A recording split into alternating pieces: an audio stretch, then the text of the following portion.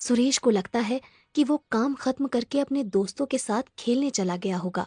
रात को सोने से पहले वो निश्चय करता है कि कल की तैयारी का सारा सामान देखकर सो जाएगा। वो चाट पापड़ी देखता है जो कि बिल्कुल ठीक होती है। गोलगप्पे भी अच्छे ही दिख रहे होते हैं। फिर वो पानी के ड्रम से ढक्कन हटाता है और देखता है कि पानी भी देखने में बिल्कुल ठीक लग रहा है। उसका रंग भी आम तौर की तरह हरा ही है। सुरेश चैन की सांस लेता है और सो जाता है। अगले दिन सुबह सुबह सुरेश मेले में अपना ठेला लेकर पहुंच जाता है। सुरेश काफी थका हुआ था क्योंकि रोनित अभी तक वापस नहीं आया था, इसलिए उसे अकेले ही सारा सामान ठेले पर लाद कर मेले में आना पड़ा। वो रोनित से गुस्सा भी था और उसे उसकी फिक्र भी हो रही थी। मेले में खड़ा सुरेश रोनित के बारे में सोच ही रहा था कि उसको एक आवाज आती है। भैया गोलगप्पे दो ना। जी देता हूँ। भैया जैसे पिछली बार खिलाए थे ना, तीखे वाले, वैसे ही देना। सुरेश ने उन्हें गोलगप्पे खिलाए। गोलगप्पे मुंह में रखते ही लड़की ने वापस बाहर निकाल दिया और कहा, ये क्या वाहियात गोलगप्पे हैं। सुरेश चौंक गया। लड़की ये कहकर वहाँ से चली गई और सुरेश ने एक गोलगप्पे में पानी भरकर अपने मुंह में रखा।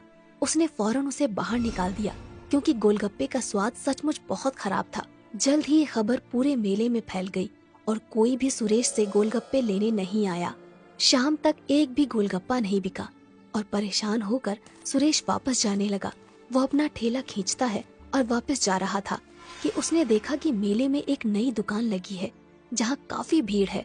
उसने पास जाकर देखा तो एक नई कंपनी गोलगप्पे बेच रही थी और लोगों की भीड़ वो गोलगप्पे खा रही थी। सुरेश इधर उधर नजर दौड़ा ही रहा था कि उसने देखा कि गोलगप्पे रोनित बेच रहा था।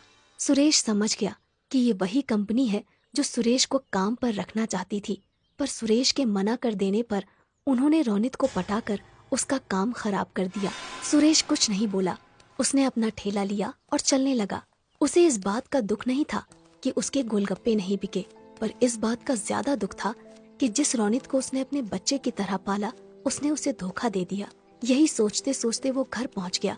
उसे देखते ही माधव बहुत खुश हुआ और बोला, पापा आप इतनी जल्दी आ गए और सारे गोलगप्पे वापस क्यों ले आए? वो बेटा, पता है मुझे, आप इसलिए लाए ना ताकि मैं नए गोलगप्पे बना सकूं। सुरेश ने मुस्कुराकर कहा।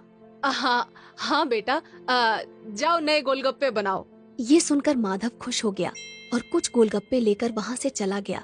सुरेश वहीं बैठकर सोचने लगा कि कैसे अपने गोलगप्पे बेचने का काम दोबारा से शुरू करे। वो ये सब सोच ही रहा होता है कि माधव अचानक उसके सामने आकर कहता है, पापा आ करो। अरे क्यों? आ करो ना। सुरेश ने अपना मुंह खोला और माधव ने एक काला सा गोलगप्पा उसके मुंह में डाल दिया। ये क्या डाल दिया मेरे मुंह में? क्या मिलाया है तूने इसमें? चॉकलेट। अच्छा। ये गोलगप्पे खाकर सुरेश के दिमाग में एक आइडिया आया ही होता है कि तभी माधव कहता है, ये लो पापा, ये भी खाओ। सुरेश मुंह खोलता है। इसमें क्या मिलाया है तुमने? मिट्टी और लाल मिर्च। सुरेश हंसने लगता है और माधव को गले से लगा लेता है। फिर सुरेश पूरी रात अपने कमरे में कुछ करता रहता है। अगले दिन मेले में रोनित के गोलगप्पे बिक रहे होते हैं। तभी एक आवाज आती है, ये क्या खा रहे हो? वहाँ चलो सुरेश के पास, कुछ नए किस्म के गोलगप्पे आए हैं। ये सुनते ही सब सुरेश के पास चले जाते हैं और देखते हैं कि उसके ठेले पर चॉकलेटी रंग के बेहद खूबसूरत और अलग से गोलगप्पे रखे हैं। सब वो गोलगप्पे खाते हैं और सुरेश की बहुत तारीफ करते हैं। तभी रोनित वहाँ आता है और कहता है, तुमने ये कब बनाए?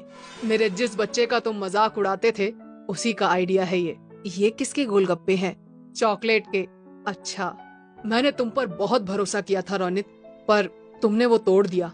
रोनित कुछ कहने ही वाला होता है कि अचानक भीड़ से आवाज आती है, और गोलगप्पे दो भैया। अरे भैया और गोलगप्पे तो खिलाओ। अरे बिल्कुल बिल्कुल, अभी खिलाता हूँ मैं। ये कहकर सुरेश गोलगप्पे बेचने लग जाता है और दोबारा पालमपुर के बसंत के मेले का सबसे मशहूर गोलगप्पे वाला बन जाता है, चॉकलेट के गोलगप्पे वाला।